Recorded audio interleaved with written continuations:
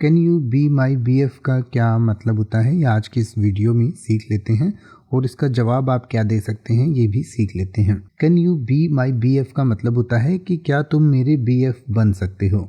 और BF के अब दो मतलब बनते हैं। एक तो बॉयफ्रेंड को आमतौर पर BF कहा जाता है, लेकिन कई बार थोड़ा सा ट्रिक करने के लिए बेस्ट फ्रेंड को भी BF कहा जा सकता है। यानी कि सामने वाला कई बार इस तरीके से प्रपोज़ करता है कि उसे लगे कि चलो बॉयफ्रेंड बन जाए तो ठीक, नहीं तो बेस्ट फ्रेंड से काम चला लेंगे।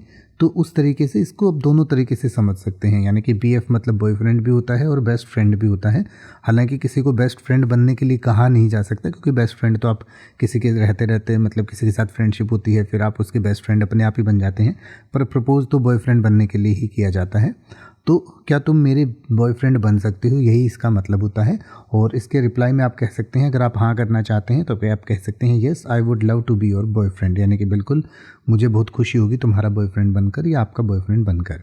या फिर आप कह सकते हैं I feel the same way let's make it official, यानी कि मुझे भी ऐसा ही महसूस होता है तो चलो इसको ऑफिशियल कर देते हैं।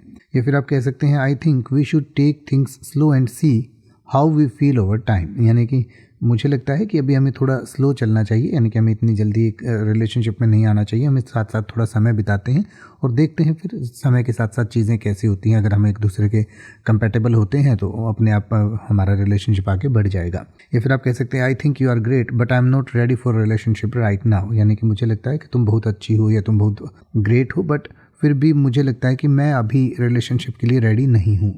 या फिर आप कह सकते हैं I really value our friendship but don't feel the same way romantically, यानी कि मुझे हमारी दोस्ती तो बहुत अच्छी लगती है बट मैं रोमांटिकली इस बारे में नहीं सोच रहा हूँ, या मैं मतलब किसी रोमांटिक रिलेशनशिप के बारे में आपके साथ नहीं सोच रहा हूँ। ये इस तरीके से आप इसका रिप्लाई कर सकते हैं, जवाब दे सकते हैं।